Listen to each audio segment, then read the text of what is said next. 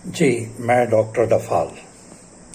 आजकल काले फफूंद के बारे में बहुत कुछ सुना जा रहा है। किसी को कोरोना हुआ, वो अस्पताल में भर्ती हुए, नहीं हुए। ऑक्सीजन लगी, नहीं लगी। रेमडेसिविर लगा, नहीं लगा। उन्होंने डेकोड्रॉन या मिथाइल प्रेडनिसोलोन लिया, नहीं लिया। मगर जब आदमी कोरोना से रिकवर हो जाता है तो एक बीमारी कुछ प्रतिशत लोगों में देखने आ रही है, और वो है काले फफूंद की बीमारी।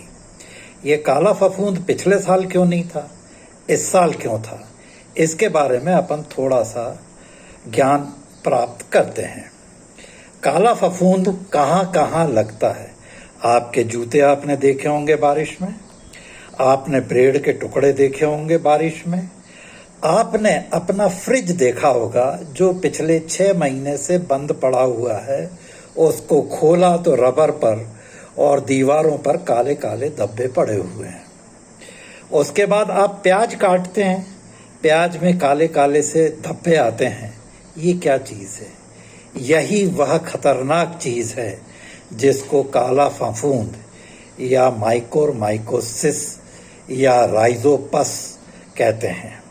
ये दोनों एक ही क्लास के हैं जो कि ज़ाइगोमाइकोटा क्लास कहलाता है। फफूंद इसमें होती है, और जिनमें कोरोना हुआ है वो ठीक हो गए। 15-20 दिन के बाद वो देखते हैं कि आँख लाल हो रही है, आँख के नीचे सूजन आ रही है, या काली काली ज़ुबान हो रही है, या ऊपर का जो तालू है वो काला हो रहा है, या नाक में बेहद ज़बरदस्त दर्द हो रहा है।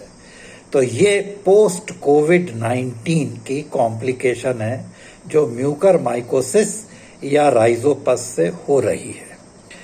अब इससे अपने को बचना कैसे है? आपको कोरोना हुआ है, आप घर में हैं या अस्पताल में हैं, जो ऑक्सीजन लग रही है उसके पानी को अपने सामने बदलवाएं।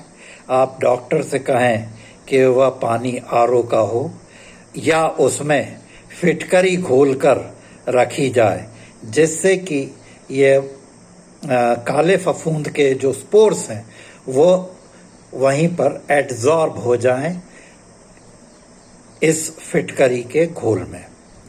आप जो भी मंजन करते हैं उसमें हमें यह कहना है कि आप फिटकरी और नमक के मिश्रण से अपना दांत मांजें। आप नीम का दातून करें। नीम की टहनी को आप पहले अच्छी तरह से चबा लें। जब वो बिल्कुल सॉफ्ट हो जाए तब आप दांतों को और मसूड़ों को उससे मंजन करें। दूसरी चीज़, आप अगर हल्दी और नमक से भी मंजन करेंगे तो भी आप ये ज़ाइगोमाइकोटा के जो 2 महानुभाव हैं, म्यूकरमाइकोसिस और राइजोपस, इससे भी आप अपनी नाक, आँख, तालू और ज़बान को बचा सकते हैं। अब अगर यह आ जाता है और शुरुआती लक्षण हैं तो आप सिर्फ एक काम करिए कि फिटकरी के घोल से गरारे करें, फिटकरी और नमक से मंजन करें, नीम से मंजन करें, या नीम की जो निम्बोली आती है उसको पीस के उसका जो गूदा रहता है उससे मंजन करें, तो आप ये म्यूकरमाइकोसिस से बच सकते हैं। आप अपनी नाक में कोकोनट ऑयल, ये नारियल का तेल या सरसों का तेल दिन में 5-6 बार लगाएं, तो उससे भी आप इस काले फफूंद के स्पोर से बच सकते हैं।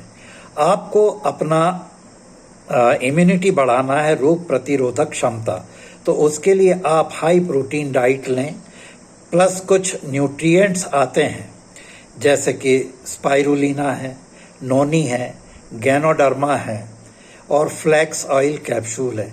इनको आप 2-2 कैप्सूल दिन में 2 बार सुबह शाम लें और अपनी इम्यूनिटी बढ़ाएं।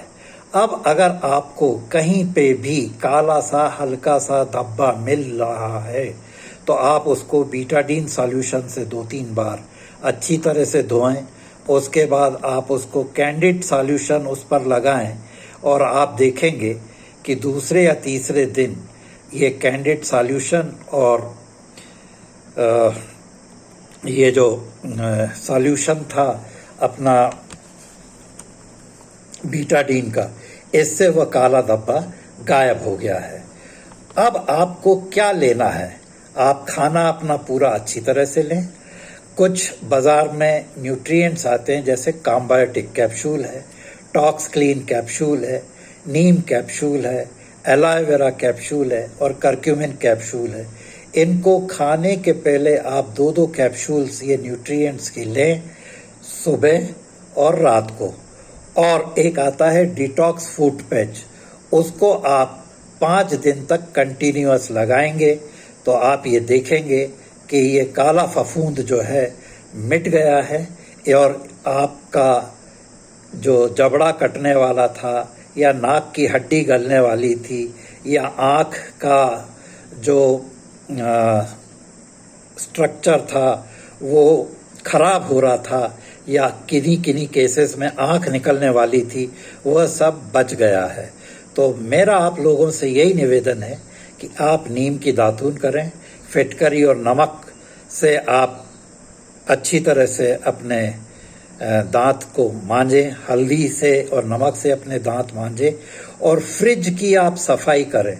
फ्रिज में जो काले काले धब्बे दिख रहे हैं वह बहुत खतरनाक हैं और चूंकि फ्रिज चलता रहता है और उसमें वो खाना पड़ा रहता है, अपन गए और अपन ने ठंडा पानी पी लिया, ठंडा दूध पी लिया, ठंडी आइसक्रीम खा ली, ठंडा दही खा लिया, उससे ये म्यूकरमाइकोसिस भाई साहब जो है आपके शरीर में पैठ बना लेते हैं और उसके बाद आपको कष्ट देते हैं।